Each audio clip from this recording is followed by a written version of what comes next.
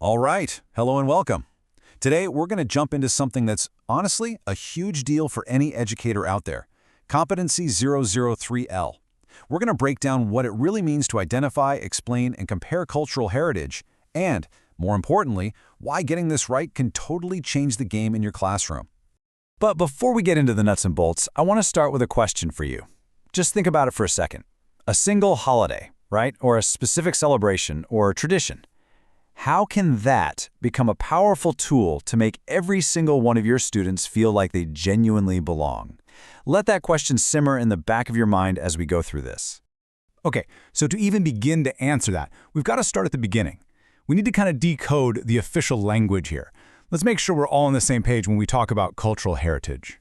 So the core idea here, the big term, is heritage-based practices. It sounds a little formal, I know, but all it really means is all those amazing ways that different groups, whether they're cultural, ethnic, or religious, show the world who they are. It's how they build community. You could say it's the living, breathing heart of a culture. And these practices, well, they usually fall into one of three buckets. You've got your customs. These are the everyday things, the normal habits and routines. Then you have the bigger stuff, celebrations. Think of these as the special events, the ones that commemorate something important. And finally, there are traditions. These are the really deep-rooted beliefs and behaviors that get passed down, literally connecting the past with the present. All right, so we've got the what down. Now let's talk about the how. There are really two key skills you need to nail this competency. And it really comes down to these two big pillars. On one side, you have identification and explanation, and on the other, comparison and contrast. The thing is, they totally work together.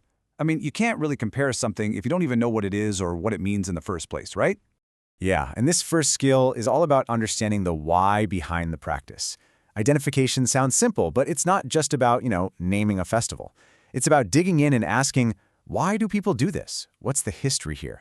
What's the core value or belief that this whole thing is built on? That's where you find the real meaning. Now, that second skill, comparing and contrasting, this is where you really start to build those bridges. It's about finding what we all have in common. Think about it. How many different cultures have some kind of harvest festival? So many. But it's also about appreciating what makes each one unique. For example, both American Thanksgiving and the Chinese Mid-Autumn Festival are harvest celebrations centered on gratitude and family. That's a huge common thread. But then you look at the specific foods, the stories, the rituals, and they each tell a completely unique story about that culture's history. Seeing both sides of that coin, that's the key. There's this line from the source material that just nails it. It talks about analyzing how different groups may share similar underlying themes in their celebrations. And that's it, right there. It's all about finding those shared human themes. Just imagine the power of showing a student that their family's tradition has a common thread with the classmates. Wow, that's a powerful moment of connection. And that brings us to what might be the most important part of this whole thing, the culturally responsive classroom. Let's take all this theory and connect it directly to your students, because this is where it all comes to life. Look, this isn't just about ticking a box on a standard. When you really get a handle on this, it brings at least 4 huge benefits that can honestly transform your classroom.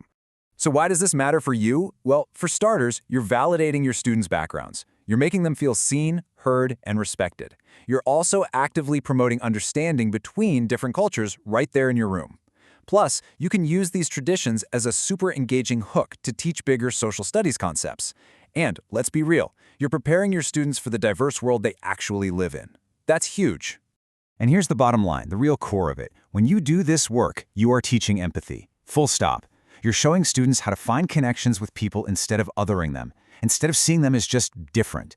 This is social-emotional learning at its absolute best, and it's baked right into this competency.